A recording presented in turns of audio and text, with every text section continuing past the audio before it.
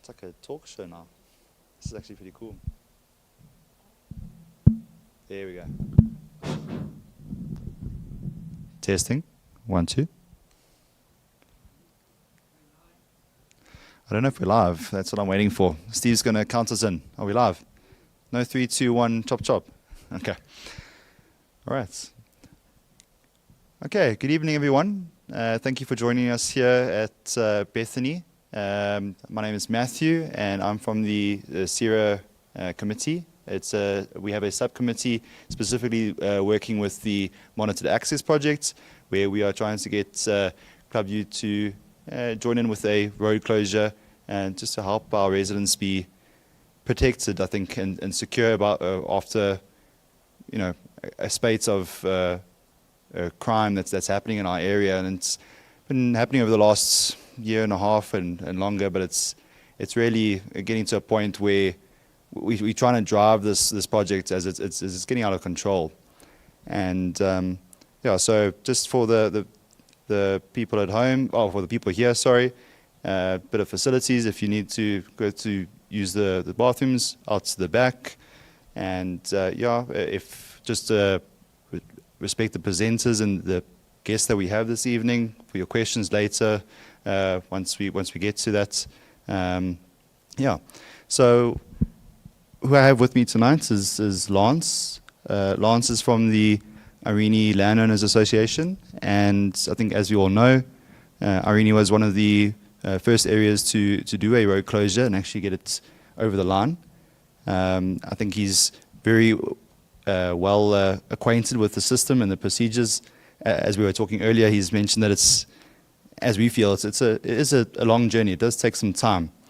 So I think maybe just a bit of background for you then, Lance, is we're here from the Clubview suburb area. We split into 4 sections or 4 areas: Clubview or CERA 1, 2, 3, 4. We're specifically looking at CERA 1, which is this area that you came into now, across the main road from Littleton up until the river. And we have gone on this journey for the last, actually a year now, trying to get the road closure movement going. I think it's something that's happened more than once in the past in our area, where we try to, in different formats and different amounts of houses and areas that want to get it closed. But we're now pushing for a full closure of this section. So I think we've had a good turnout yesterday, and we've had a lot of conversations with Jan Milan from Street Safe, who you know very well. And we all know, I would say, the technical side of things and how things get going. But maybe we kind of invited you here to hear firsthand. How did it start, and how is it going now? And that's kind of what we've asked you here to join us for, just hear a bit of your story. So with that, I'll hand it over to you. Thank you. Perfect. Maybe you want to switch your mic off. Mine off? So I'm quite used to meetings with no people. But it's maybe you need this for recording, don't you? I can turn mine on and yours off if you want, and then at least they've got... Yeah. I'll turn mine on, you turn yours off. There's a lot of feedback here.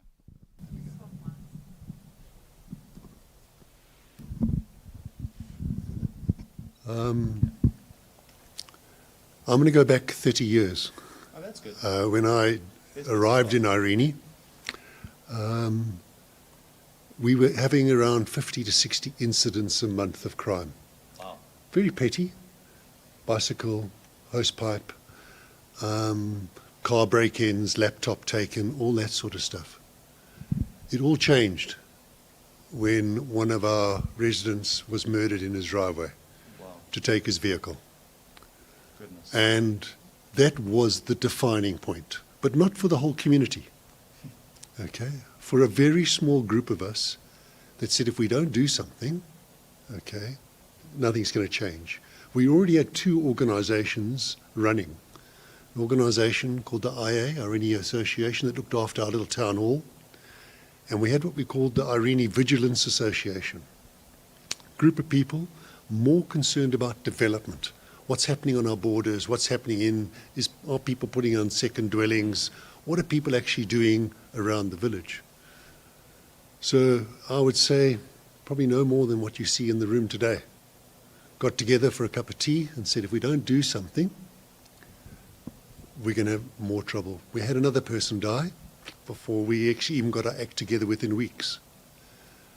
We decided, a number of us, we're quite an unusual community, I think like yours, a sort of group of different people that really don't know each other, but live in an area. Principally English and Afrikaans speaking people in the community then. And a group of us, English and Afrikaans, got together and said, we're going to do something. Contacted a security company, that was our first step. Said to Johan at the time, we've got no money, we've got no members, but we need a bobby on the beat. A number of us British guys that had come from the UK, where they had a bobby on the beat, we just need someone on the beat. We put horses on the road, we put bobbies on the road, we had our own little community policing. Within a day, we went from 50 a month to almost zero. Wow. That was step one. Okay. We then, as 6, 7, 8 of us, started knocking on doors. We've got a guy that's got people patrolling, we've got no money, we need to pay him at the end of the month. Okay. By the end of the month, we had enough members to be able to pay Johan. Okay. The great thing is that there was visibility. People saw things that were happening. Yeah. Even to the point where guys are saying, I actually want that horse poo. It'd be brilliant for my garden. Okay. Growing the vegetables in the back, yeah. Yeah. So job one is you just go out on a limb, Yeah. even if you haven't got it. And it was very nerve-wracking. Many doors closed in our face. And the journey went from naught to we had 66% of the community. So we got 650 homes in Arini. Okay. That's actually very similar to the area that we're looking at Yeah. now. After 25 years we've been running the ILA, we've still got 20% of the people, we've got 80% of the people signed up as members, still 20% of the people are not members. It's voluntary. Yeah. And you can get all upset about it and say, well, I'm paying for this and they're just freeloading. Well, it's the right thing to do. So we've gone that journey. Okay. Okay. It was only after that we've got a train station next to us, the Arini station. We used to be in a farmland, and then they started building the Centurion Golf Estate. And every day, 5,000 people started walking through the middle of our village. Sure. Crime started to spike again. Taxis were coming through to deliver and take people. We had rat running through our village. And it was then we said, we need closure.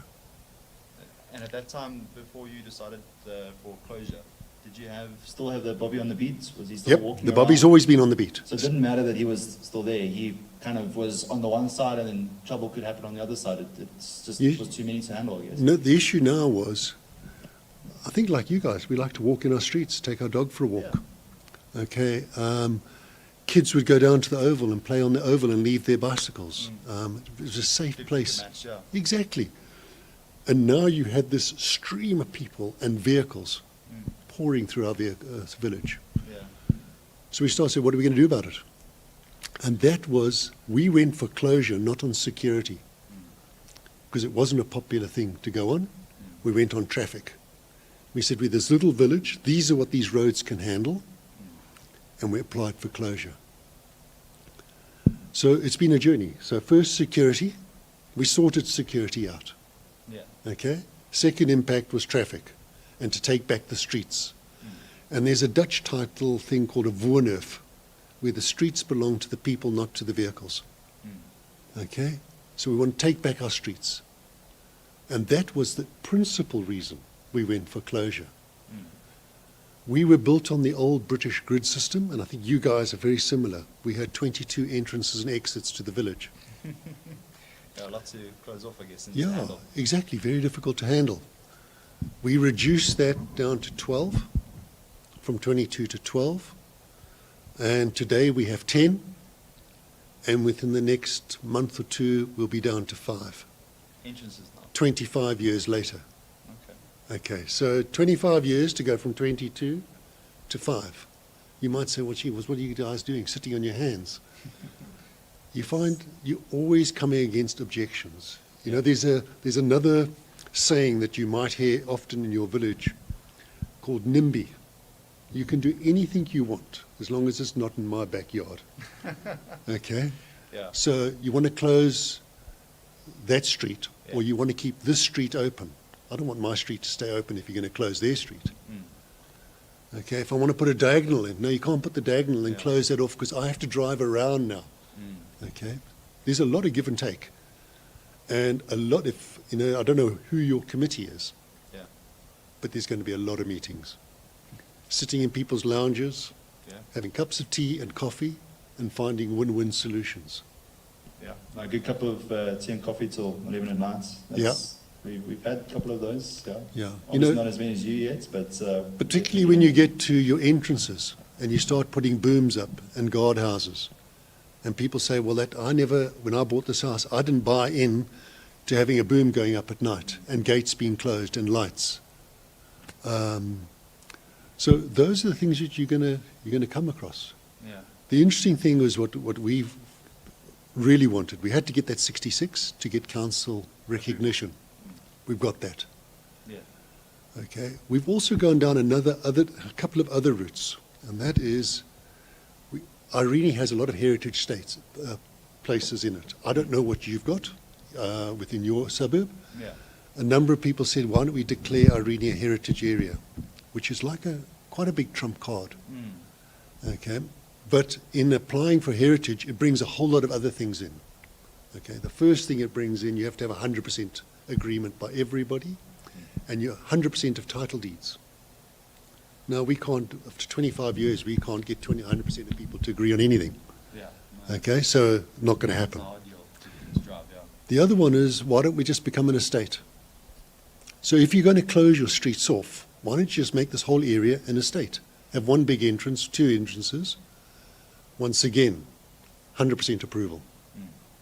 Okay, so that is not an option. We've actually taken that off the table completely. The third option, which is a very interesting option, which we're now doing 25 years later, over and above gated.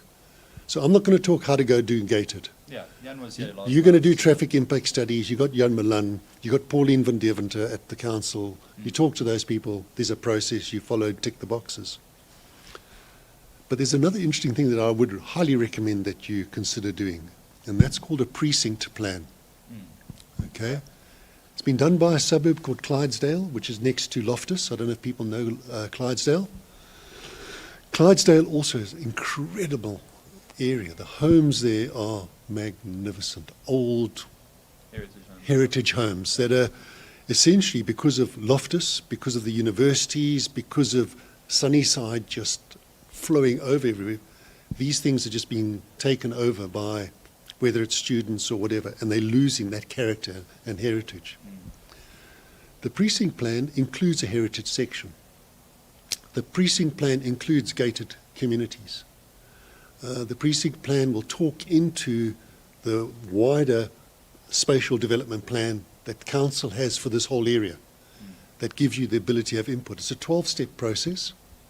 We've just approved, we had our AGM last week, to actually go and do that. It's going to take us 12 to 18 months to do, but what it actually does, and the critical thing that you'll find in all of this, people at the council change, but more importantly, people within your community change. Okay, and then you might have a very level-headed person in your community that's driving it and working with the community and moving you along. The next person, you've got someone who's got a completely different agenda and causes enormous disruption within your community. If you've got this precinct plan, which is agreed with council, irrespective of what's happening at council, and I say that in inverted commas because anything can happen, okay? Oh, yeah. But it takes a lot of personality out. It says, this is what we agree, okay? So certain things like, as a community, and I can read ours to you if you wanted it. What is the vision for your community? What do you actually want it to look like? Have you got consensus? Yeah. Because if you haven't got that, you can't move forward. Yeah. So it's a very nice process. It's a 12-step process. We're actually using the people from Clydesdale who've gone through the hard yards to actually assist us to actually do that. But before we got there, we actually employed a qualified town planner to do all the research for us and all the other options. Okay. So what are we today? So we've got 520 members. It's stayed fairly consistent all the time. I'm going to read to you why people aren't members in a minute. Okay? Because you're going to come across it.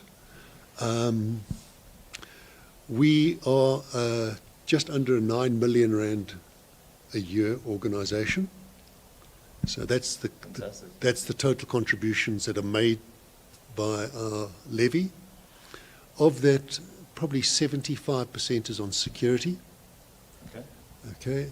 We go to tender minimum every 5 years.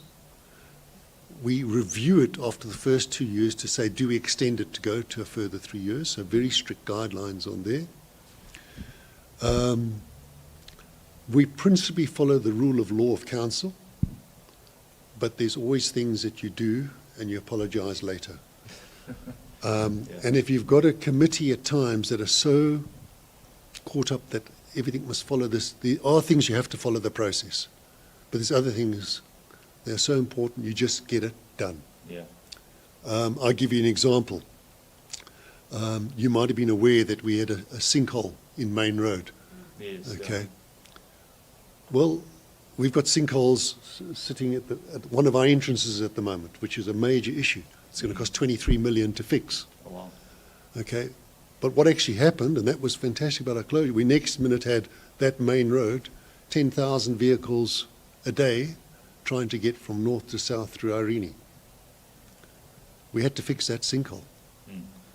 Definitely. We had people from outer come to speak to us and say, hold the municipality accountable, hold the province accountable. Well, how long were they going to do it? Okay, take them to court, get a court order, they don't fix it. Okay, go fix it and then ask them to pay. If they don't pay, take the sheriff there and start attaching assets. Well, we haven't got time for that. No. We just went, we put our thing, we said we want this amount of money. More than half the people gave nothing. That's fine, don't get upset about it. That's how life is. Yeah. There were a lot of people that gave significantly more, and we fixed the hole. Fantastic. Just fixed it. Just got it done. Yeah. Okay, today, beyond what was set up originally just to fix the security problem, we fix our own streetlights. We paint our streets. We put in speed humps. We do our gardens. We look after our cemeteries.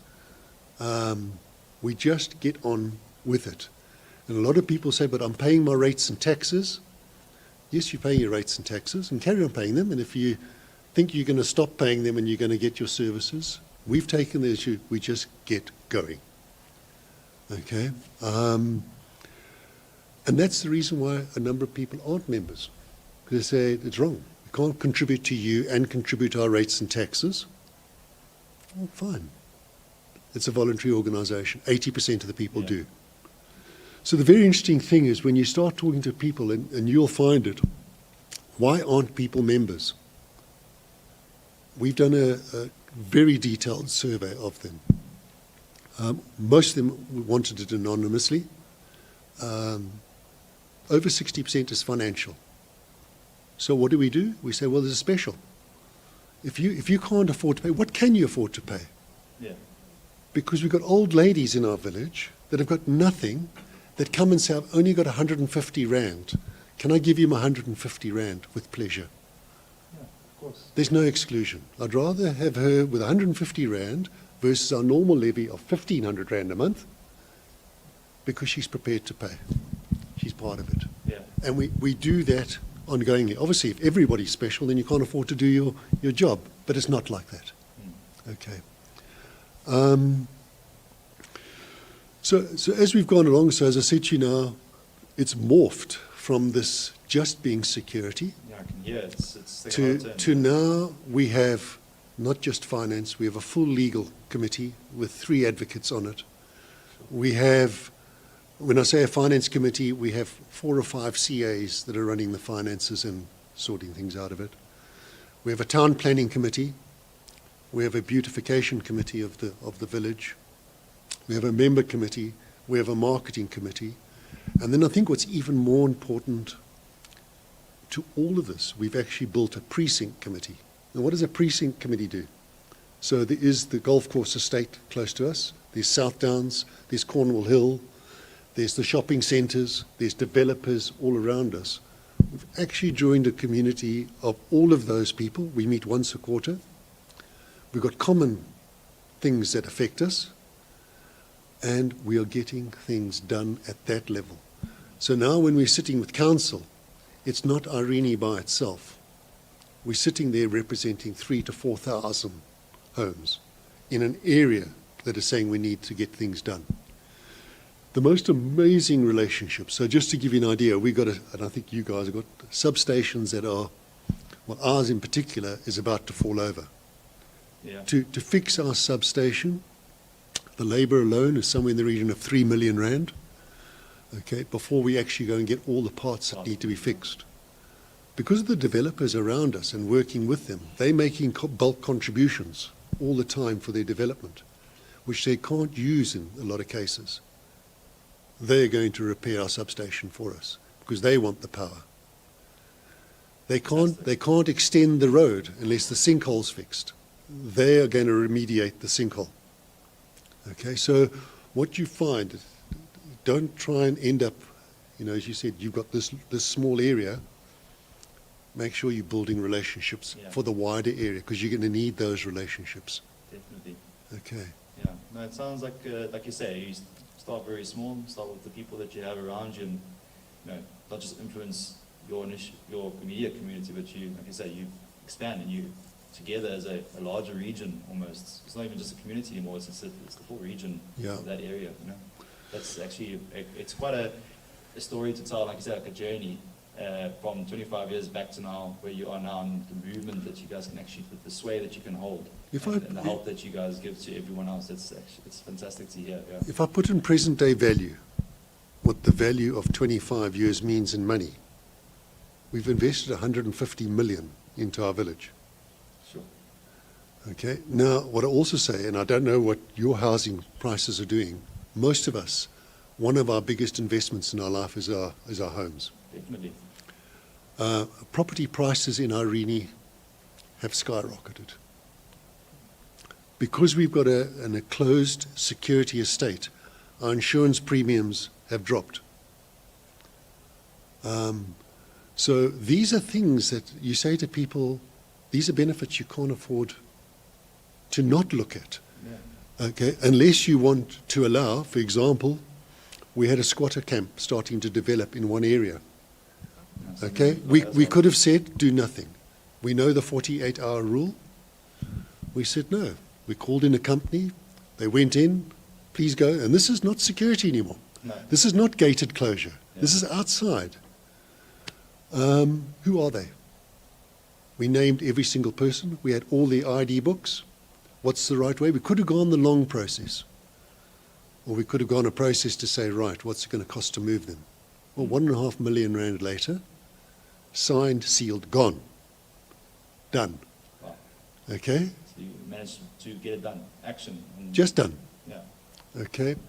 You have areas where, for instance, stop streets, and cars just flying through stop streets. You ask the council to do something. They don't. You call the developer who's got a lot of developments in the area, can I use your traffic impact team? They come in, they identify what needs to be done, they drive it in the process. I go to the community and say, we need money to do that. It's done. So it's getting plans on the table, getting a direction. Yeah. And once there's a direction, there's a vision, people move with you. They do. Forward. But unfortunately, what you're going to find is very few people put up their hand to do the work. Yeah, it's tough. There's a few Okay. of us, Just know that's the case. You know, in the last 4 years, we've been trying to encourage people to come stand on our board. And our board meets every single month, okay, for a couple of hours. The first hour of that month is a community. Anyone can come. It's your time to say, what are your concerns, what's your input, maybe you've got opportunities for us to look at, come to us. Then we do our board meeting thereafter. Okay. Thereafter, every month is a detailed newsletter. And I think that the biggest lesson we've learned, we've never been able to communicate enough. If you think you're doing a lot, you aren't doing enough. No, we're finding out, yeah. Just do more. And if people say, well, it's too much, well, we'll just keep communicating. Just every time we just send it out. So that's been our experience. Maybe I'm just going to share with you, unless you want me to stop. No, you can keep going. We've got time. Okay, just tell me when. I'm just going to look Yeah. through one or two notes.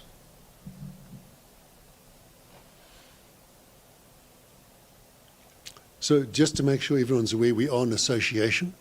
Okay. We are governed by a memorandum of incorporation, which we updated and sent to the community to get their input before we adopt it. It's always adopted at the AGM. And whilst we have all these other things that we look at, the principal objective of the ILA remains security. We don't lose sight of that. Because if we lose the security, everything else falls away. So if you looked at our memorandum of incorporation now, it'll say the sole objective is to manage the collective interests common to residents, even if they're not members. Of course. Okay. The collection of levies for which the members are liable, but a member can leave with 2 months' notice. Okay. Yeah, it's still an out. You can't. It's voluntary, like you say. It's voluntary. You can't hold people forever. Exactly. You need to go. Just to give you some of the things that we have a fully, right around our estate, we have an electric fence that's monitored. Okay. Okay. Was it always an electric fence, or was it palisade first and then move up, or? We put palisade and electric at the same time. Okay. Why did we do that? And I think you might find it as well. It's an interesting concept. You have everyone with different needs. So we had boundary residents that the only way into their entrance wasn't by coming into the village. It was from a road on the outside. Yeah. So they said, well, why should I be a member? Because you've gated everything out. Now you gated me on the outside. Mm. People still have access to their houses, yeah. Exactly. So they have a massive discount on their levy. Okay, we discount it, so bring them in. But we said we've also put up an electric fence that's monitored. And on top of that, we've now built up a full fibre ring, our own fibre ring, Wow. right around our entire village. Why did we do that? You guys have got the same problem. You've got lots of trees. Yeah. And you're going to want cameras. Because at the end of the day, you can't put enough bobbies on the beat. Yeah. But you can put with AI, which we've got all of our cameras now up on the fibre link, linked into the control rooms on the fibre link. So high speed, watching everything, and they're only Yes, being that's- monitored for certain things that we're trying to look for. Okay. That's enormous value now to a boundary resident.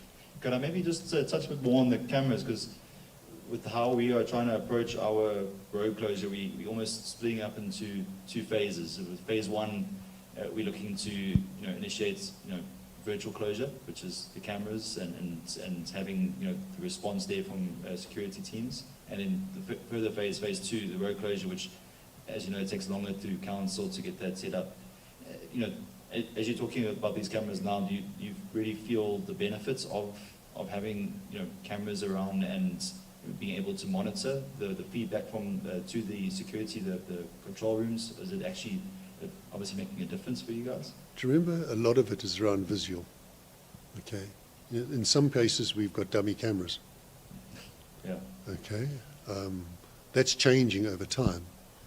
But it goes well beyond. It's an integrated security situation with Bobby on the beat, patrol cars, emergency vehicles able to come in the event of medical emergency. Mm. Okay.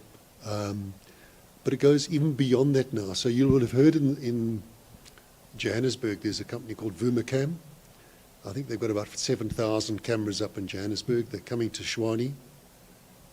Is that monitoring just public roads, public So, areas, or is it so just I don't know how you guys run your security. We have a company called Brenant, And we've had many security companies over the years. Currently it's Brenant. And normally Vumacam contracts with the security company, and the security company will charge you a monthly levy for the use of Vumacam. We've done it differently. We as a precinct have gone direct to Vumacam. Okay. We've saved 45% of the cost by going direct. Wow. Now that's massive. Okay.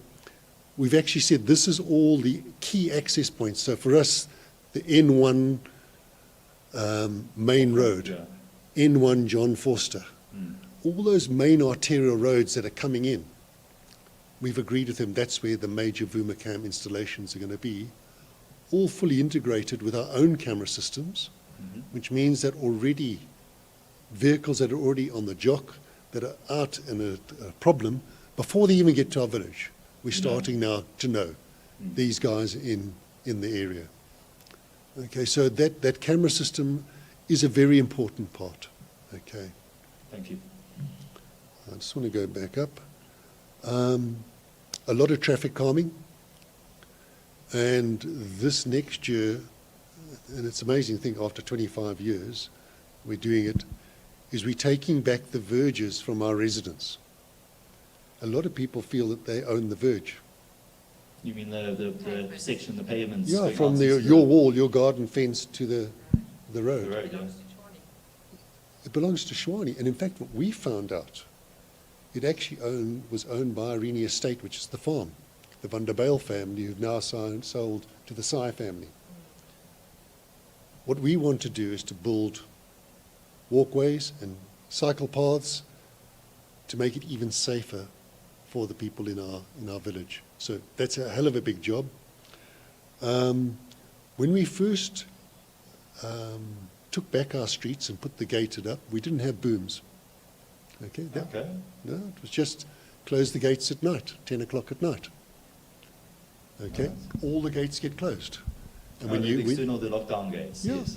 there weren't booms. So, Yeah. okay. Then we got money, we put the booms in. Then we put license plate recognition. Okay. So it stages, it moves. It It's grows. stages, okay, all the time. We've now just put full biometrics throughout the whole village. Yeah, Okay. I've seen it. Yeah. And that's only phase one of biometrics. Oh, really? Because ultimately you get to the point where someone who's not in their vehicle can't leave the village. Okay? So So it's if someone really comes and hijacks your vehicle and tries to get out, it won't open. Sure.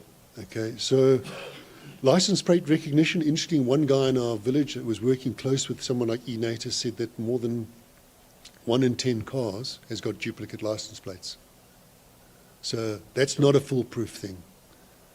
And then whatever you do, you're going to have to find a solution for the people that aren't members.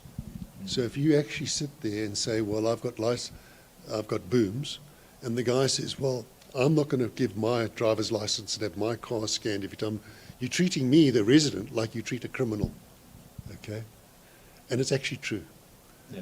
So the interesting thing is that we've actually said we will go beyond. There won't be this petty, you haven't paid, so we're not going to. We just give the hand.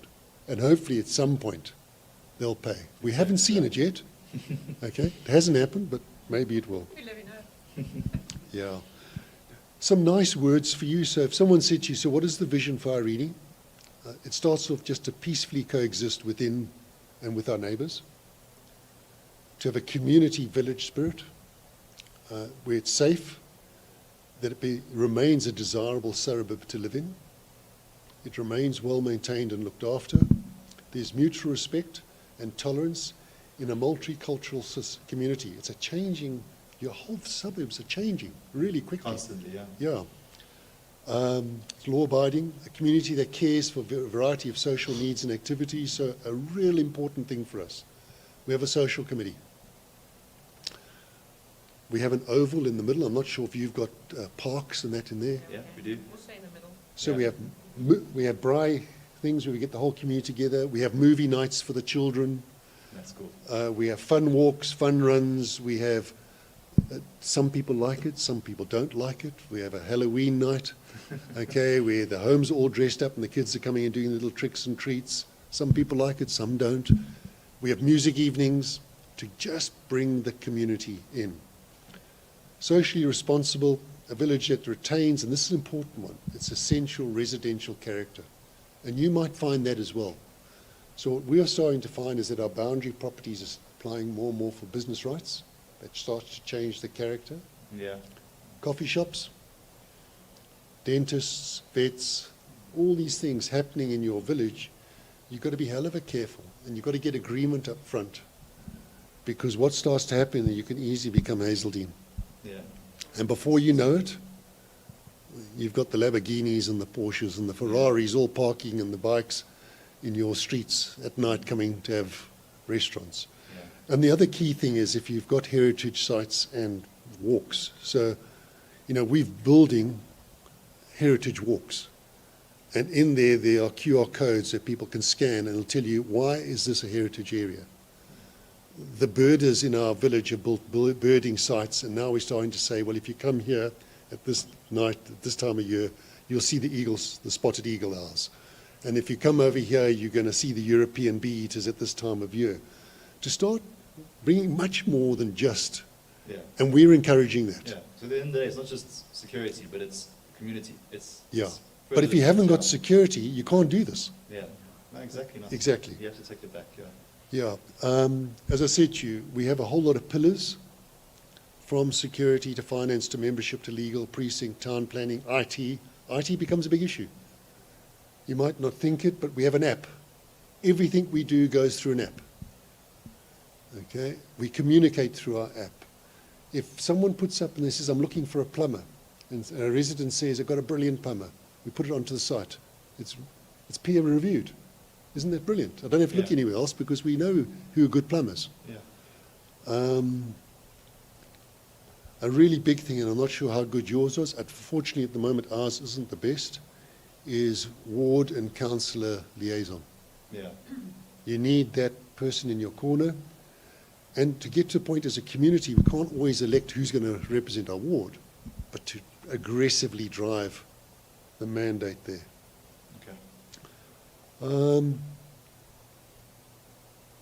Maybe I'm just going to turn this around. That's a little pie graph. What you're going to see there is the big red. Okay? That's how much goes on security.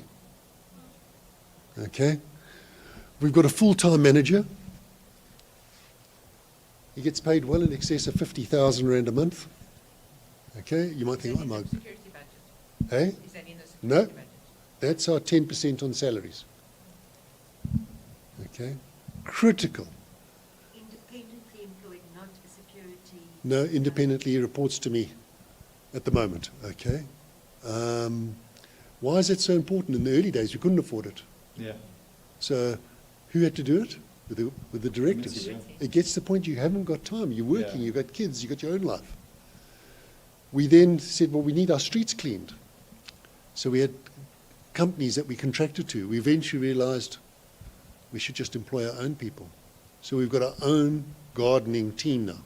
Fantastic. Okay. Full time. Every single day, cleaning the village and making the street presentable.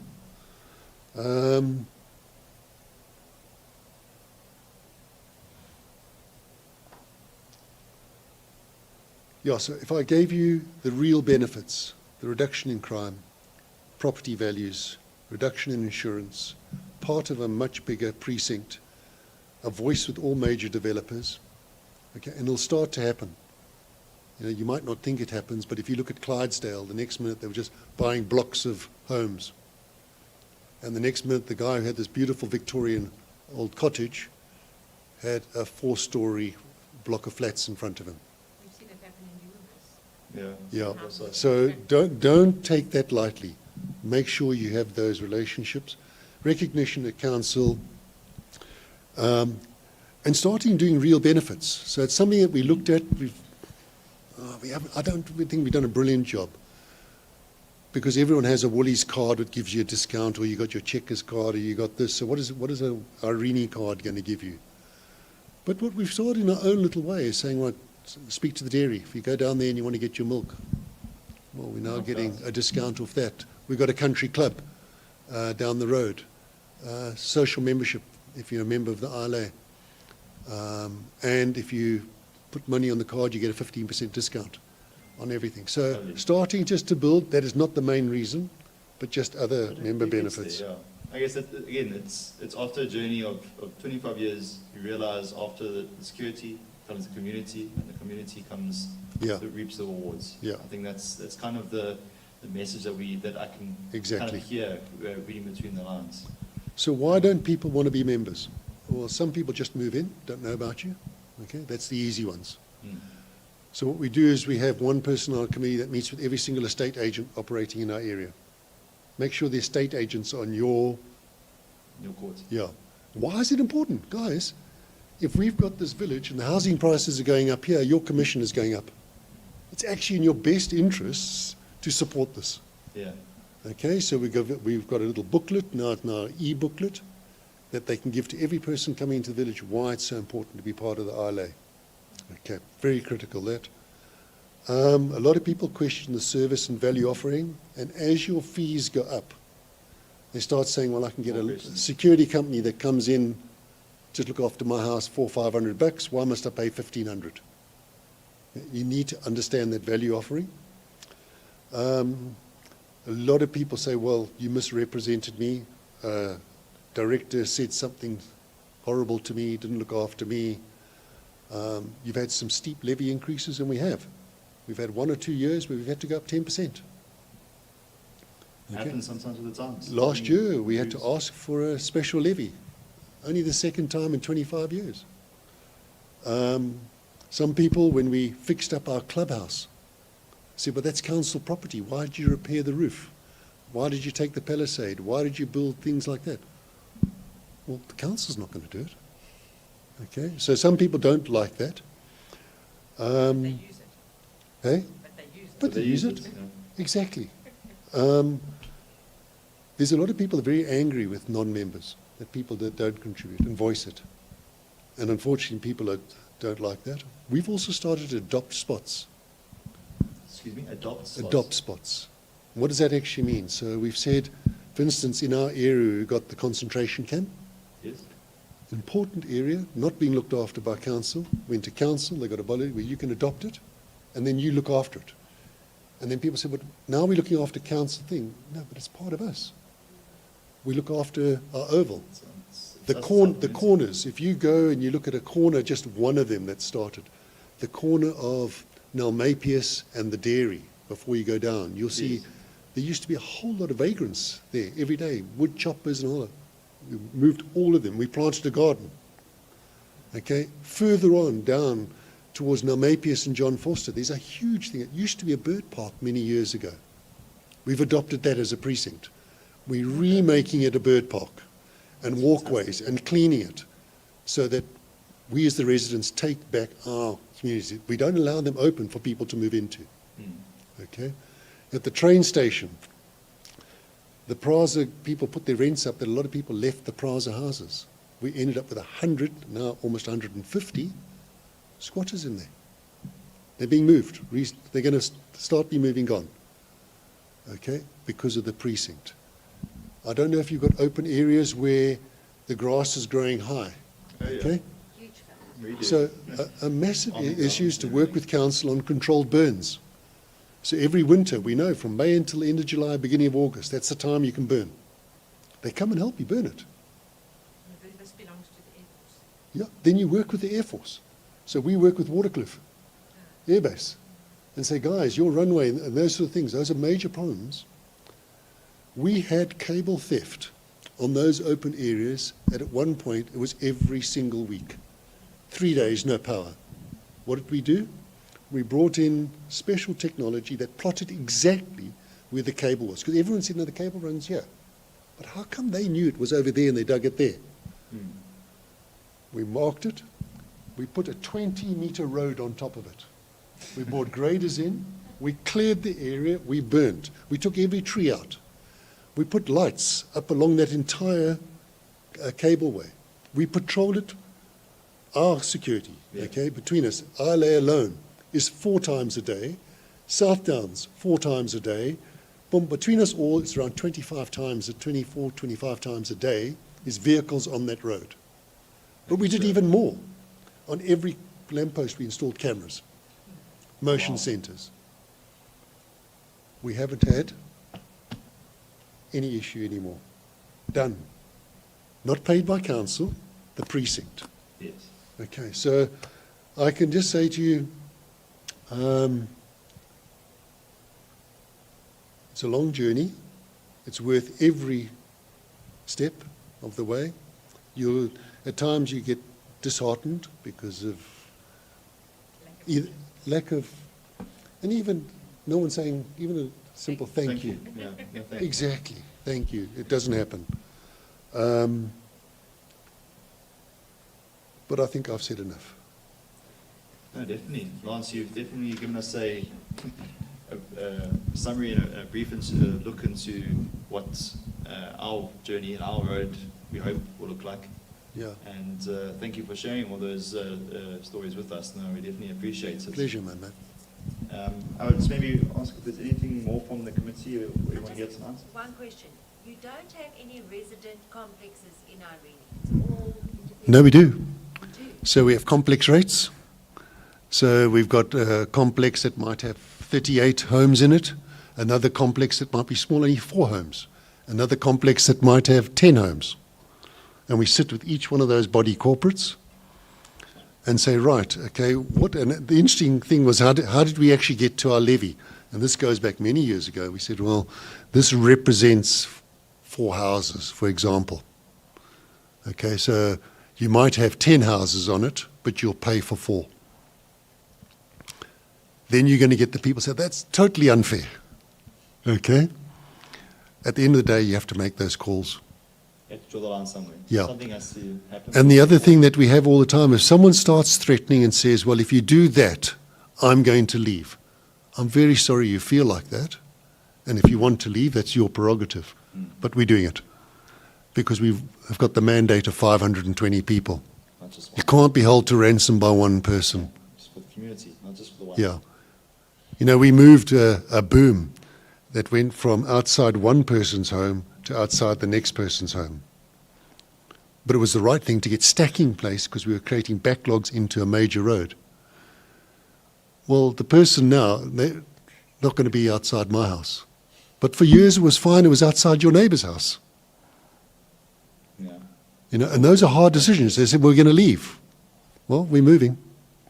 Unfortunately, you're going to have to leave. When time came, they didn't leave. Yeah. And you'll do things where we've done things like we've raised people's walls, we've redone their gardens, we've replanted all their verges. Okay. And one guy said, well, there's a lot of noise, so we've actually put double glazed windows in for him. And other residents says, well, that's totally unfair. Well, sometimes you just got to do it to get things through. Yeah. You've got to appease people where you can and move Yeah. forward, yeah. Yeah. And how many businesses are there in Irene? I know there's a lot of guest houses and Airbnbs and that sort of thing. Are there any, like we've got 1 or 2 many office complexes. Is there anything like that in Irene? No. Lots of dentists, doctors, lot of daycare and nursery schools, to the point where those are things you have to watch. Okay, really important. So we got a school right in the middle.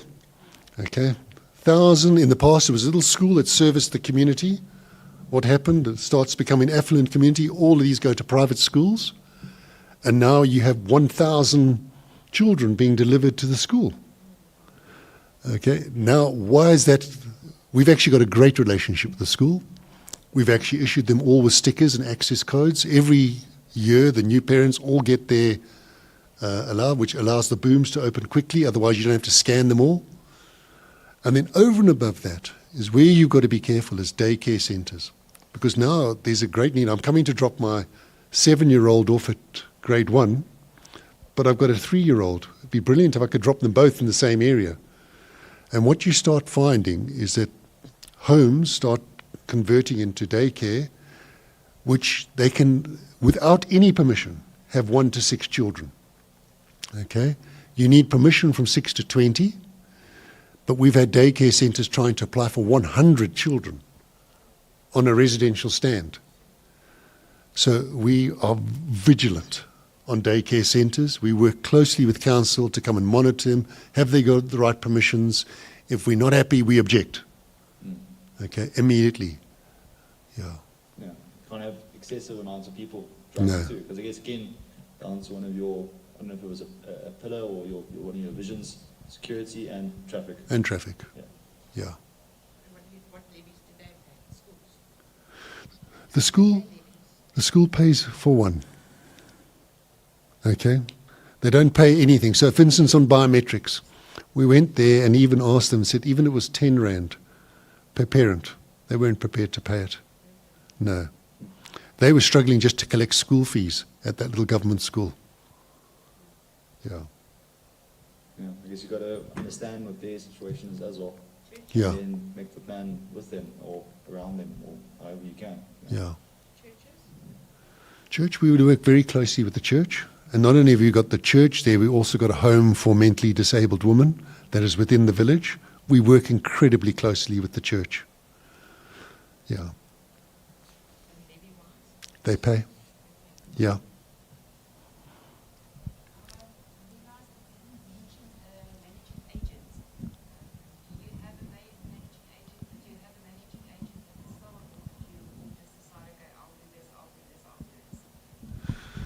So at the AGM every year, a board of directors, people have to be nominated by a member, are then stood up in front of the community. You write a CV why you think I should be a member.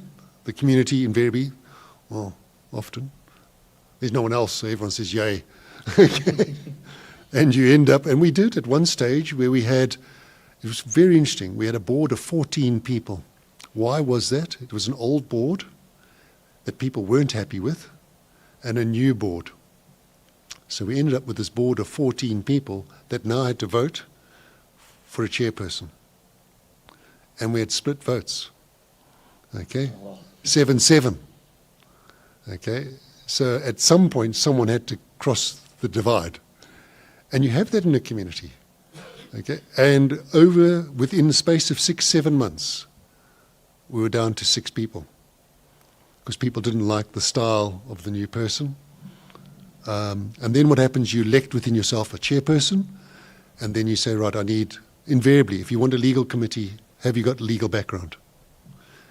Town planning, often it's about the person that's prepared to work.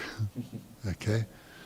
Security, it's invariably it's managing. It's because you set up an SLA. You say, what are the key things we want done, and how do we actually measure that on a regular basis? And each month you'll sit down with the security company and say, did you meet that target? So it is divided amongst us. Invariably, Yourselves, Yeah. hey? But I think the question goes to... No, do you but have a then managing the agent? work is always done by that full-time employee. but we were Them. talking about a managing agent who holds our trust account where the monies goes into. No. You never had one of those? No, so we've got a full-time, well, not full-time, we've got an external accountant, yeah, and there's accounts, and they're audited. But it's not it's put into trust by an external thing. It's the ILA bank account, but if anyone wants to work on it, it needs a minimum of 2 signatures. And those signatures are agreed. It has to be one the chairman and the other one is the finance director. So then the ILA as an NPC manage themselves? Yeah. Essentially, yeah. There's no assistance by a managing agent to help run or oversee, but you get yourselves audited, and you have obviously Process. qualified people and a process of how to nominate them, get them on board, yeah. Yeah. Okay. Is there still people that's connected to a security company alarm systems? Yes. How do you handle it? They come into the village. They have to show their criteria to come in. You know, we can't deny access. That's part of a gated community. You know, that's why a lot of people said, gee, how can we stop access to our village? Very difficult for us, like you, schools, churches, businesses, people that don't want it.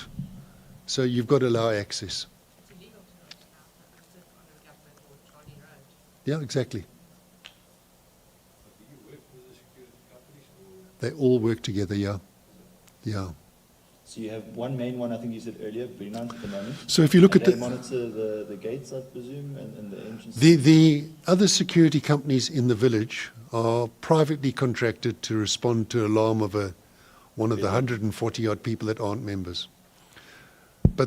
And we'll still work with those security companies, because invariably it's an ADT or a Monitor Net or one of those. But in the precinct, sitting in our quarterly precinct meeting, if you take somewhere like South Downs, they'll use a company called EBS. Golf Course Estate use Coin. We'll use Bernant. Someone else will use that. They are in the meetings, all three of them. All the cameras are being watched together. There's no sort of power play at all. Yeah, they're working together.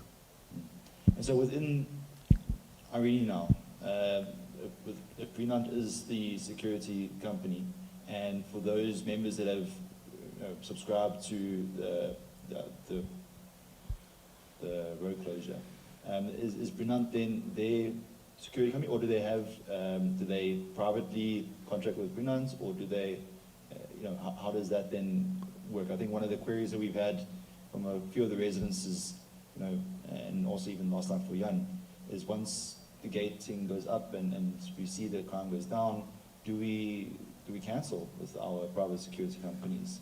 I don't know if you've got Brinant now working for everyone on behalf of the ILA. So if you're a member of the ILA, Brinant do all the guarding. Mm-hmm. So at all the gates, we have 2 dedicated vehicles in the village. The emergency response vehicle in the event of a medical emergency is contracted via Brinant.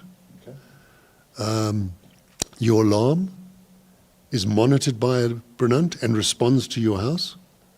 So 520 people are all linked to Brinant. If you're a resident that's not part of the ILA, you cannot contract with Brinant. That's part of our agreement. You can't go and have a little side deal. They can't go and canvass 140. They've got to work through us. Those 140 people that don't want to be members, organise your own security. Okay. One thing we did do, if they have a medical emergency, whether it is them or a third party on their premises,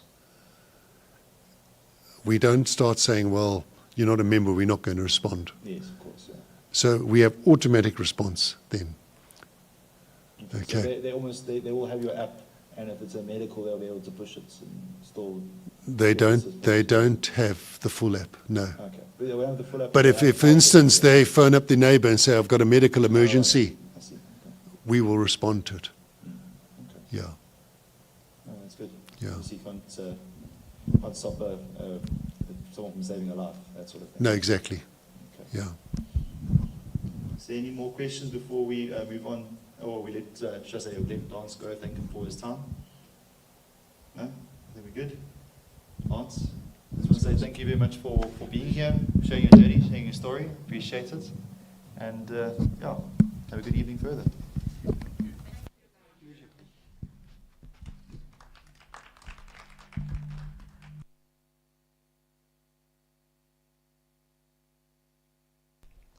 Empowering. Make sure I leave. Cheers, Matt. Thank you.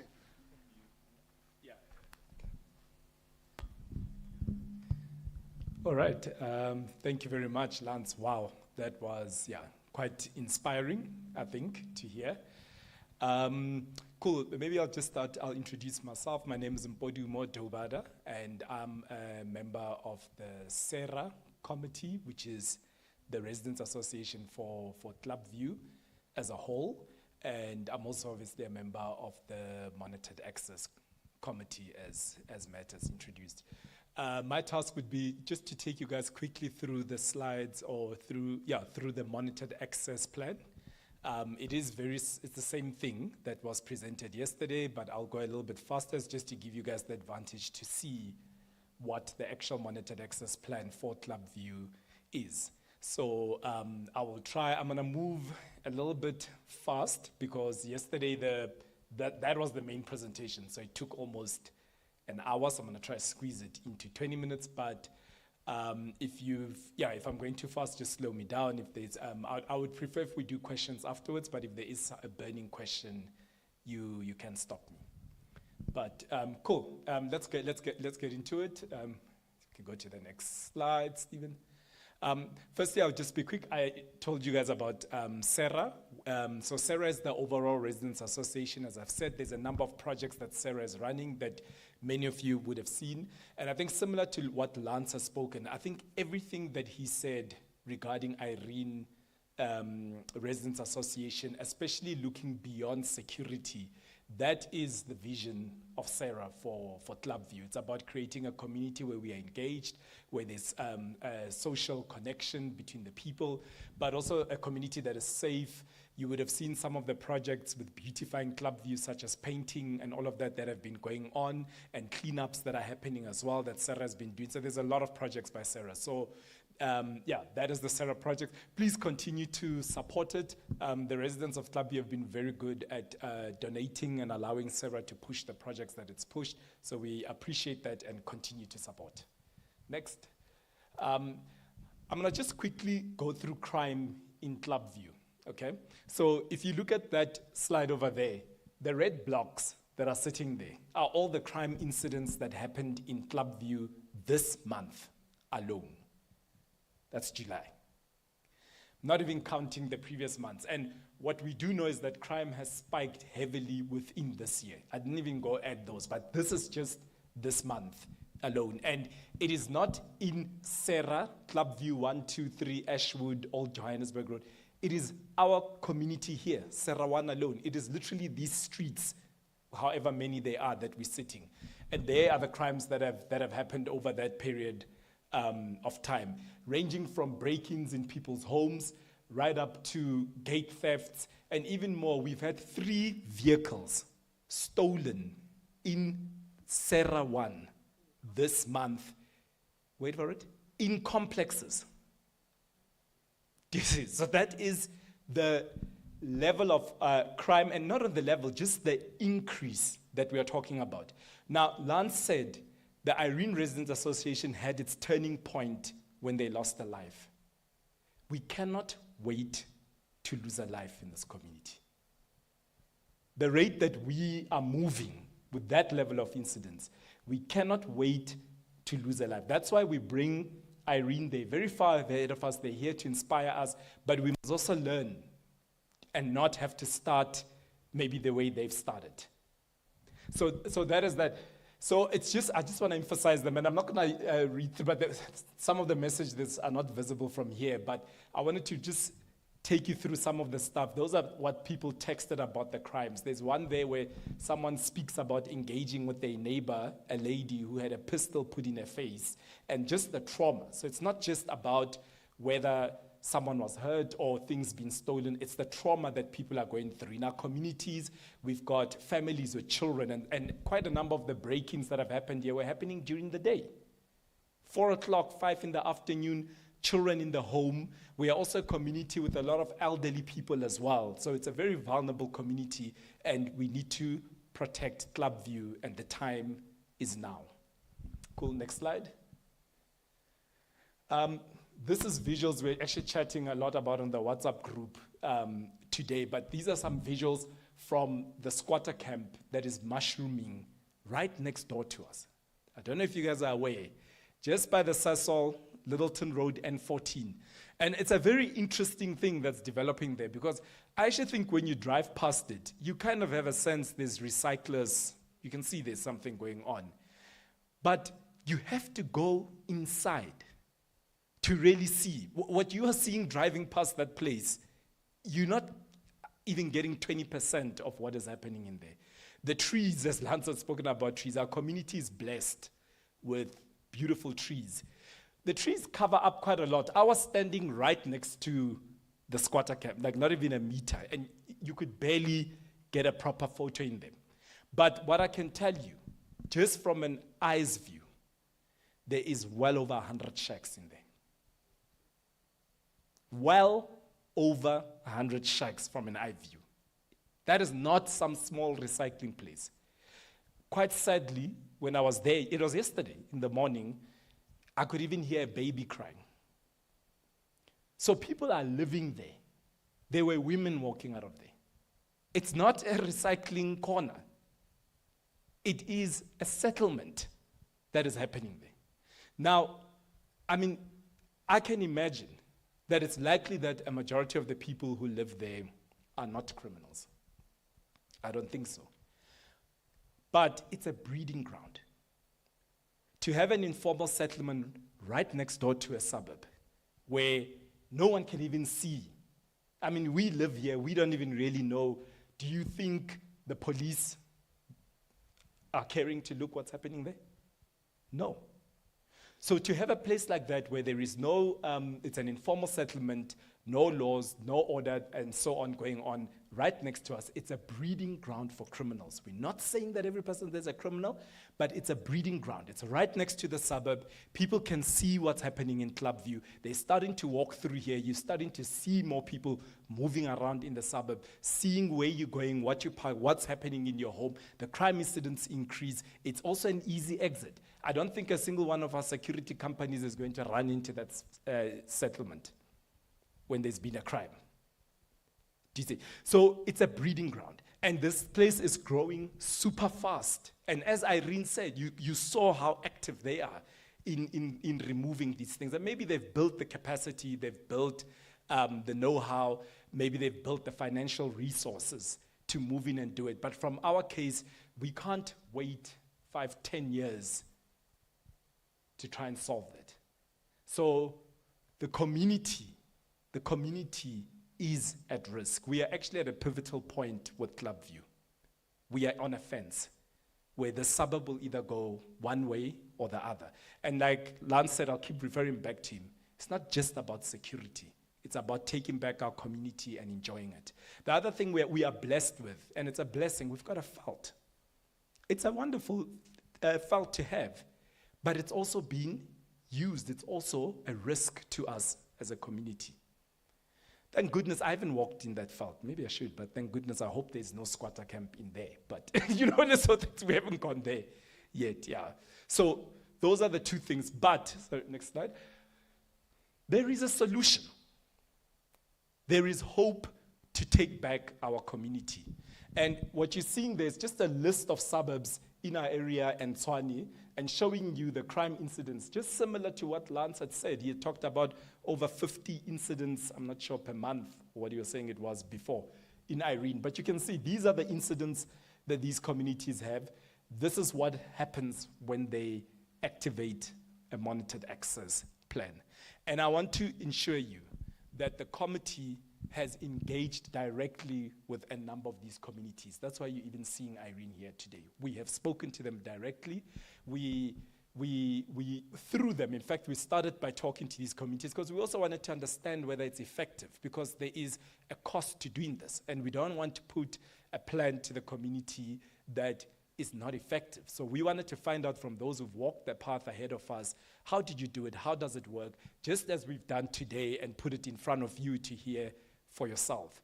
Many of these communities, when we spoke to them, said there's a consultant that you can engage who has done a lot of road closures in Tshwane, which is Mr. Jan Malan, who was speaking yesterday. We've brought him on board and engaged him and consulted him to help us in developing this plan.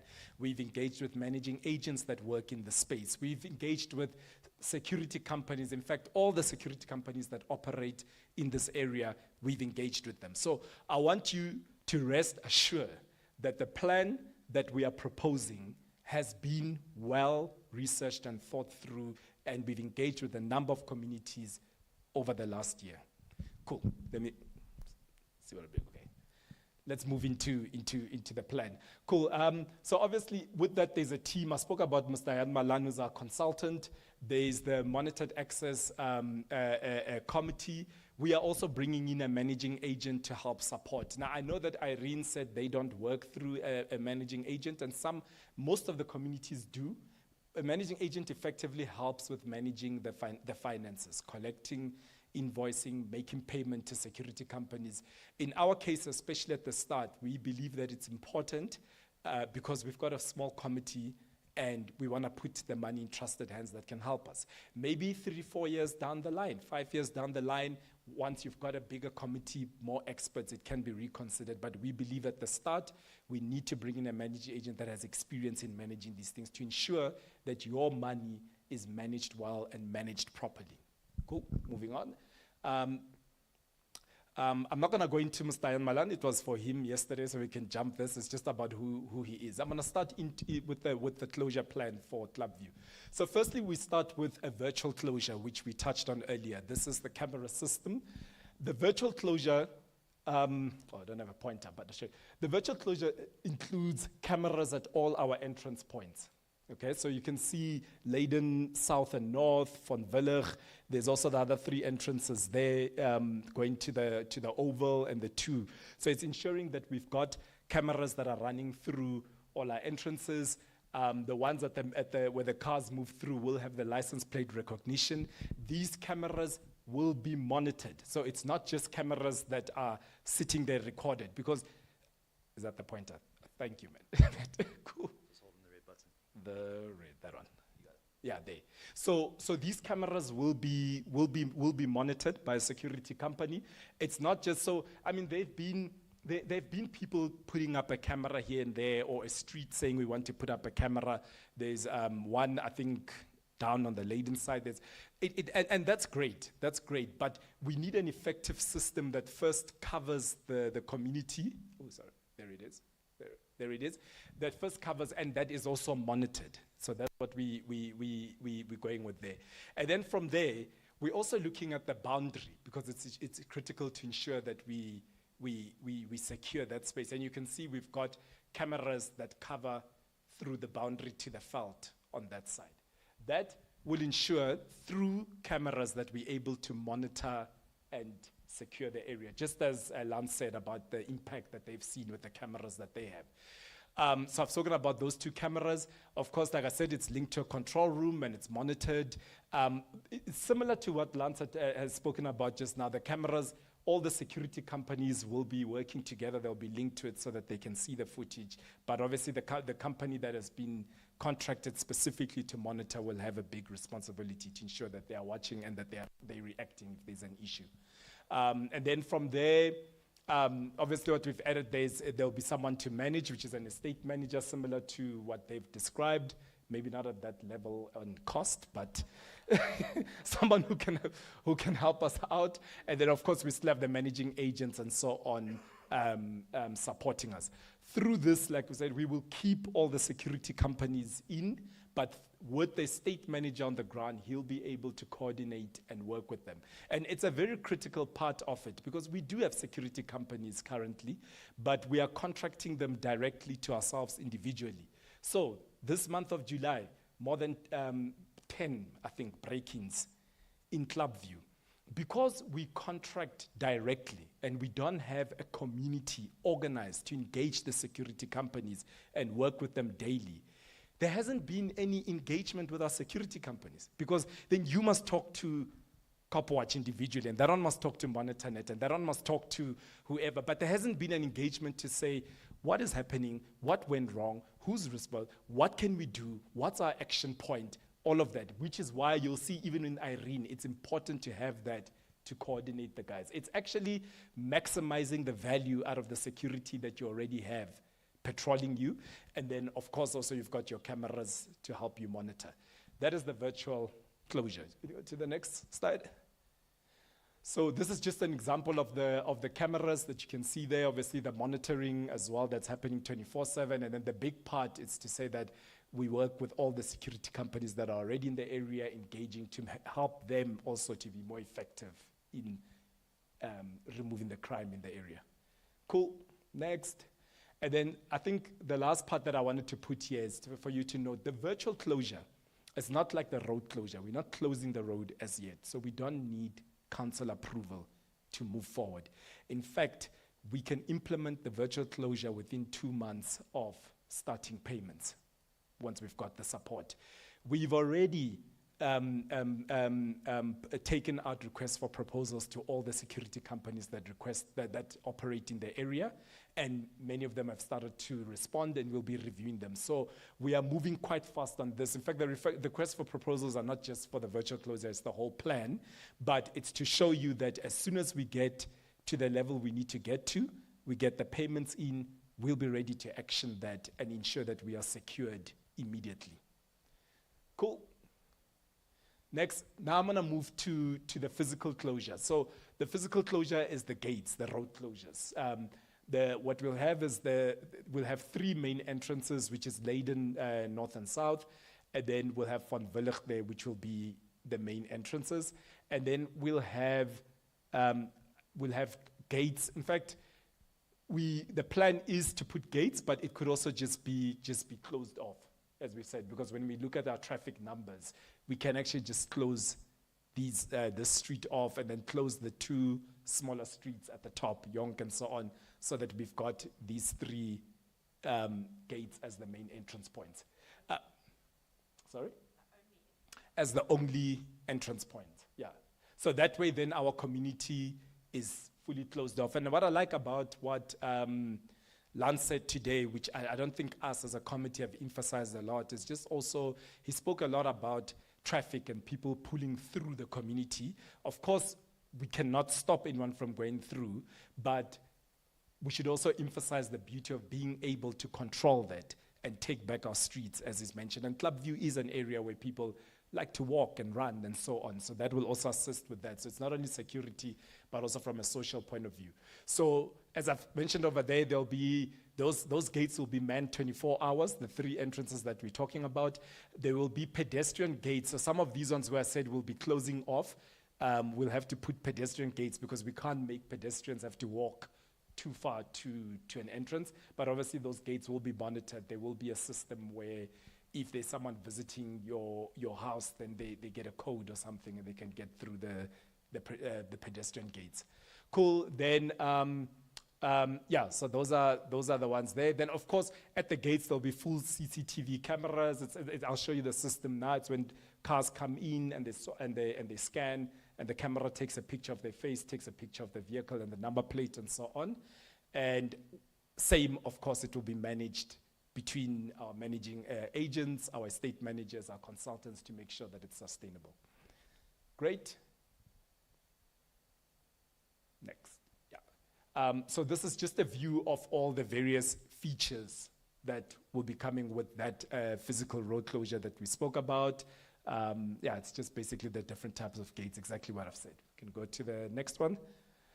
And I just wanted to show you this feature that obviously at the boom, you also have these gates that they can close. They can close them at night from a certain time, from 10 o'clock or whatever the time is, that will be completely closed. But if there is a crime in the area, there is a break-in in the area, an alarm has been pushed through to one of the security companies or onto the monitored access plan, the security company is allowed to shut this whole area down. You see, which allows and makes it easier for the security companies to spot and pick up the person. Because, I mean, our security companies are good, and we do have good security companies, but we know in reality, it's not like they can always be there within a split of a second when they get to your house. And the whole idea behind monitored access, firstly, it's actually to provide proactive securities, to ensure that the guy doesn't even get into the community. And if ever they were able to, we then want to make sure that we're able to get them. So that's just a good feature, and most of these boomed off areas have that. Cool. And then I just want to talk about Leiden Road, because many people, when we have these engagements, have asked, can we close off Leiden Road? Some say they don't think it's possible. We thought so as well as a committee. When we started this process, we were like, I don't think we'll be able to close Leiden Road. And what that meant, if we don't close Leiden Road, it means we must put gates across all the streets running to Leiden, which would push our costs up. And obviously, we've been very sensitive to costing for our community. So what we then did, advised by our consultant, Jan Malan, we went and did a traffic count where we stood on Leiden. In fact, we didn't do Leiden only, we did it on Van Willig as well, because we also just wanted to get a sense of traffic, whether it will cause congestion and so on. We did a traffic count across, and we took the numbers through to 2 traffic engineers. One, the consultant took through to a traffic engineer who works in council, and the other was a traffic engineer that we found. In fact, the first was the one that the consultant took through. And he came back and said, we definitely will be able to close it. Now, obviously, all of this still needs to be taken to council. No one can stand here, even a professional traffic engineer, and tell you that's council's decision. But obviously, we're going to professionals to make sure that we are drafting a plan that has a very high chance of approval. But all of them have said confidently they'll close it. In fact, the consultant mentioned roads. I don't know Pretoria too so well, but he mentioned areas where it's like the traffic is way more. I think yesterday he was talking about an area around Boys High, University of Pretoria, very busy area, and he said they've closed that off. So I don't think, I think people shouldn't worry about Leiden. We've done our work, we've done our research on it, and we are confident that we will be able to close Leiden off. Cool. And then obviously with the road closure, the physical closure, this is where we need council approval, and this takes time. We need to get 67% support from the owners. Council needs 67% of people to sign that POA to say that they want this to go ahead. We don't need that for virtual closure, but to close the road, we will require that. The committee is aiming for 75%, but we need to get there. And then there's a number of things that will need to happen. Traffic impact study. So as I said before, we did kind of an informal one. It's the same process that they would run, but obviously council is going to want one done by an engineer, not by us, consulted by an engineer. And then there's a whole lot of applications, and I'm not going to go through each and every one, but it's quite a process. It takes about 2 years to complete the process of closing the road. It takes about a year or so with council to just get an approval from council, and then from there you got to construct. The good news is that from what we hear, not only from the consultant, but you would have seen on the group, one of Krishna, who's is an architect and a city planner and a member of CERA, also confirmed it, that apparently at the moment, council is approving these things. I don't know if there's some green light or it's on their agenda, but they say now is the time.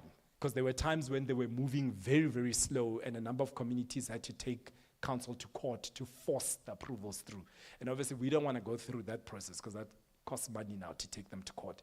But right now is a good season and a good time to do this. All right, next. And I think in summary, what we just want to put here, it's about effective security. This process is not a one thing. Obviously, we phase things in. We want to start virtual closure. Just like Irene said, you want to phase and build up. But it's about something that comes together to create an effective solution. And between the virtual closure and the physical closure plan, that's where, next slide, we will get to these results that I showed you before. So, yeah, I think in summary, the point is that we've done a lot of research.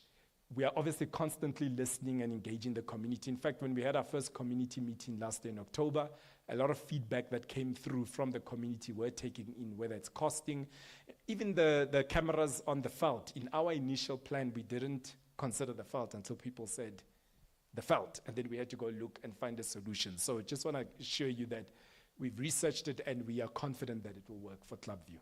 Next slide. The cost of doing this will be $595 for a full title house, okay? It's 1,500 in Irene at the moment, so it's not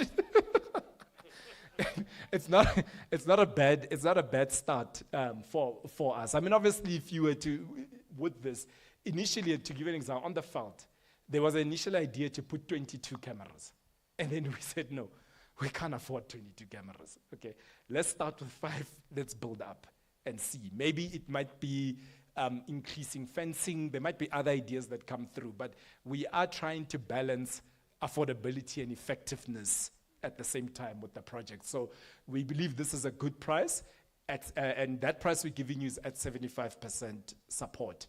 For complexes, it's $198 for a complex. We are obviously open to discussing discounts with complexes that enter as a whole. It also does reduce the costs from the managing agent costs in particular, because they're only billing one person instead of billing, let's say 70, 80 people. Then, of course, there are other people where your resident might not fit into that exactly, especially here in Clubview. There are houses that are divided, there are duets, there's businesses, churches, schools, and councils, and so on. I haven't put an amount here. We will engage with you directly. So if you fall within any of those, please do speak to us. With businesses and schools and churches, we've already informed them. They know about this, but we've paused with engaging around financials with them. We want to build up support within the community. We are confident they'll come on board, but it's just no point sitting with businesses when we haven't reached the right level of support within the community. Cool. Next, sorry, it's very hard to see from here, but over here, it's actually just a breakdown of the costs. I'm not going to go too deep into it. The only thing I want to just state to you is that we have virtual closure costs, which are the costs of the cameras, the costs of the, the cameras at the entrances, the cameras at the boundaries, the costs of the monitoring and so on, estate manager, managing agent. That's to drive the virtual closure. So that, yeah. That's cool.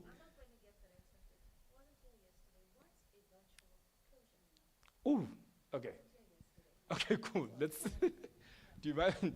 Quick. So virtual closure, we're referring to it as virtual closure. It's what I discussed before, which is just the cameras. So it's the cameras with the security and the response and the monitoring and the response from the security companies. That's the virtual. So it's basically this security system without the road closure, because the road closure, you need council. So what we don't want to sit and wait for council and nothing is happening. So we're saying, let's do what we can do once we get the support and start getting the.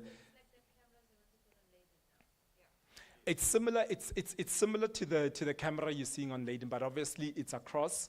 It is monitored. It is monitored, and that's a big part, and it's connected with the security companies. With some of the ones you're seeing on Leiden, the difference there is that that's just one company. So one like an ADT or a MonitorNet can go and say, I'm putting a camera here. That's fine. With our one, because it's through the community, everything recorded on the camera is shared to all the security companies. Do you see what I'm saying? So yeah, so that's the big difference. And then another thing is that when we as a community back them, they become more sustainable, because those cameras have to be paid for. So what ends up happening when it's an individual person or an individual security company is that if they don't get the money in for the monitoring, then the camera either just sits there and there's nothing happening on it. So yeah. The? Yeah. Yeah. So yeah, so that is the virtual. So it's the camera, it's the patrolling, and that system, yeah. And then the physical closure is once you add the road closure, and obviously at the road closure you also have the guards that go on the physical closure. So with that, there is cost to run the virtual closure monthly, because you're paying for those monitoring and so on every month. And then we have the physical closure. Now the physical closure has two costs. There's a monthly cost to run the physical closure, and then there's also a fixed cost, which is to build the gates. So the monthly cost is to, once again, to pay the guards at the gates, to pay the monitoring, to pay, once you've got guards, you've got guard houses, you need to put water, there's electricity, there's internet, there's connection, there's insurance, there's reserves that we need to put through to make sure, because that's another thing. I know people have been questioning, could we cut this? Could we get someone to do this? Could we? And it's things we really are exploring, because we want it to be cheaper, but at the same time, we want it to be sustainable. If we can't get a sustainable solution, then we'd rather not go with it. So those are the two costs that are there. So so if you look at virtual, it's around 70,000. That should be around 80, 90,000 for that per month for us to run this thing. And then we've got a fixed cost to build all the gates, but that includes all the professionals, engineers, surveyors, blah, blah, blah, that go in there as part of the application process and the construction process of the gate, which is around 2.3 million. How do we pay for that? Okay, we're not going to come to the community and say we need 2.3 million. The cost that I showed you before of 595 and 198 is actually the cost at the end of running the virtual closure and the physical closure per month. So that's going to be our ongoing costs that will remain forever. So what we've done is we've taken that cost and said, from day one, we will all pay in the monthly cost of running virtual and physical. The virtual portion of the cost will be paid out to the service providers immediately because we're getting that service immediately. The physical closure monthly cost, we will put away in a trust account by the managing agent, and we will save it. And we've actually calculated it using the months that council will take to approve, that if we do that, by the time we get approval, we should get to our 2.3 million to pay for the fixed construction. So there's no point where we're going to come and say, we're raising 2 million and now we're going up. It's just, we're starting here, it's 595, it's 198, off we go. Cool, I think this might be my last slide, I hope. What's better? I'm not going to go too much into financial benefit. It's been spoken about. The increase in property values, the drop in insurance. I think Lance went into that quite in detail. Of course, what we need now is for you guys to sign the POA, which is not signing your life away.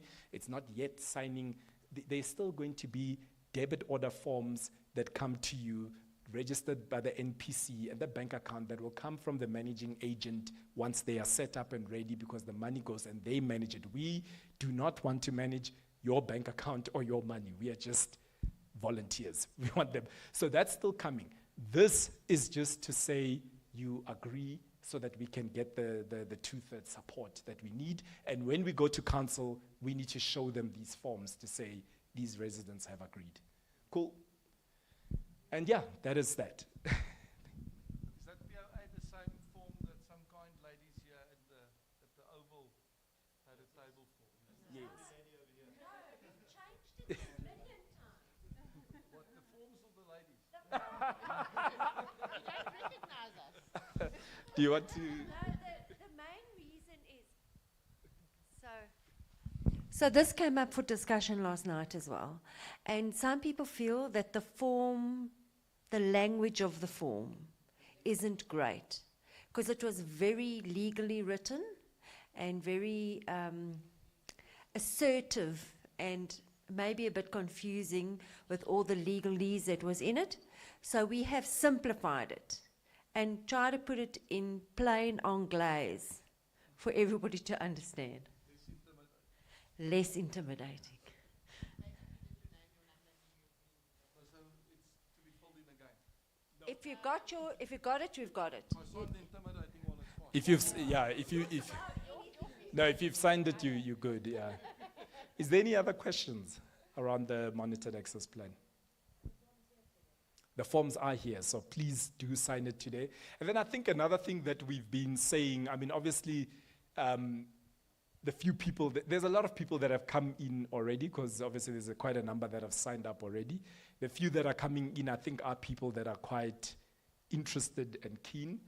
We need support in reaching out to others. So what we are asking, you surely know someone in Clubview, you know a neighbor in Clubview maybe, please help us in reaching out. We've put the POA forms on the WhatsApp group.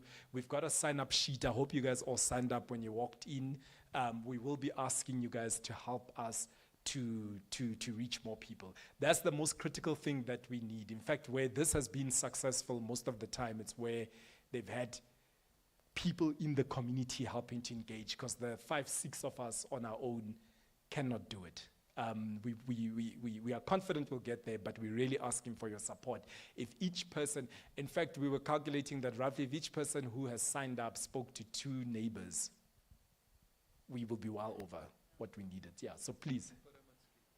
Yeah, it's got to be like, but it's also because, you know, a lot of people, not everybody is on our WhatsApp groups.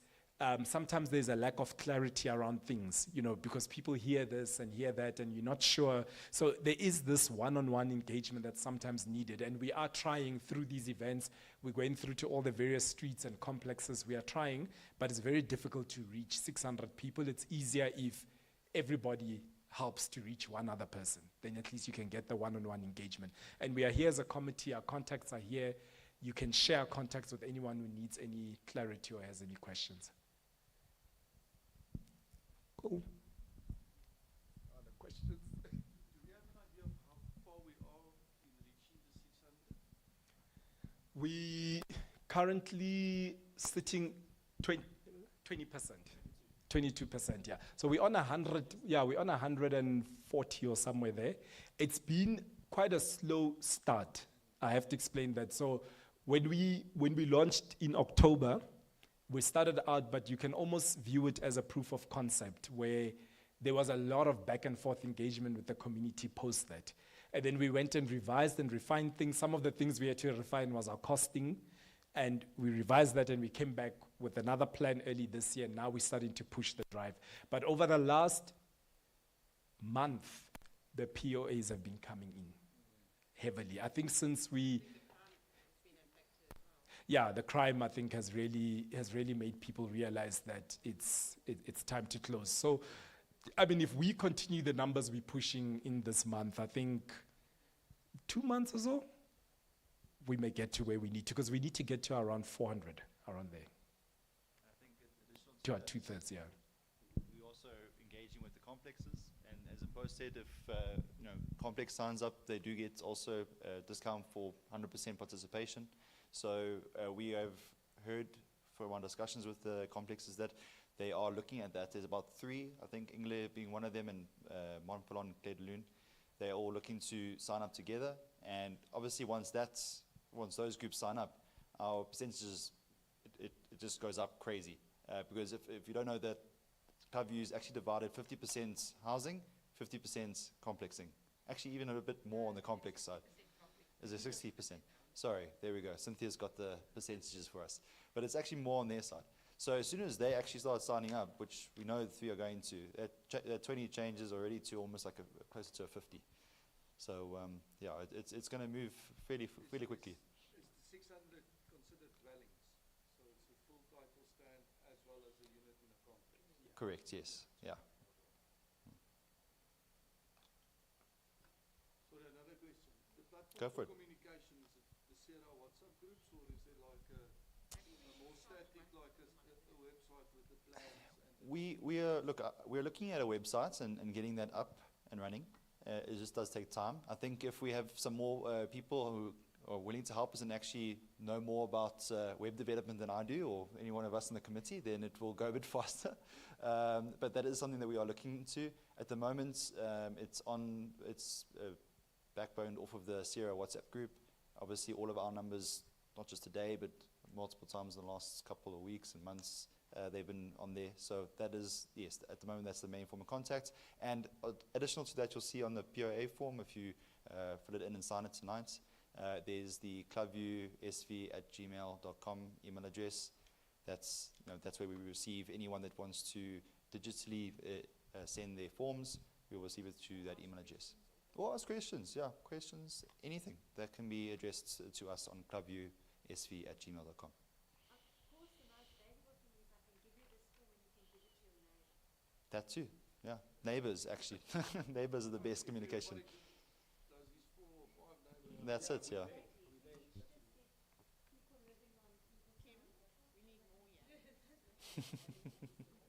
But the forms are available on the WhatsApp group. Correct, yes. And they can contact us. Yeah. So I don't think it's going to be very easy to get.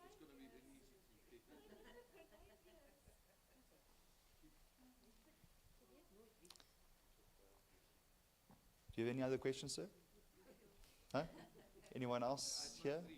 Yourself, ma'am? Good? Oh, because I asked 2. 2, and I got... Well, I asked him as well first before I asked you. I can ask, there's a limited selection here this evening, so, I kind of can ask you personally, each one. Sir, ma'am, in front here, you guys, are there any further questions? You guys good? I was in the wrong Baptist church Were you? for 20 minutes. And Oh, I realized sorry. what's happening there. The name is the same. Festival by primary school kids. Yes. I thought, well, that's a nice housewarming for the Yeah, everyone comes in. minutes. I realized Yeah, it's not a ceremony. yeah. Luckily you realized. I walked out the door again, sneaking out the door, because it's all the parents looking at the children. They're lovely art, I'm sure. I saw it's a kunstefees. Oh, excuse you. About the Baptist church down. I think what Kim will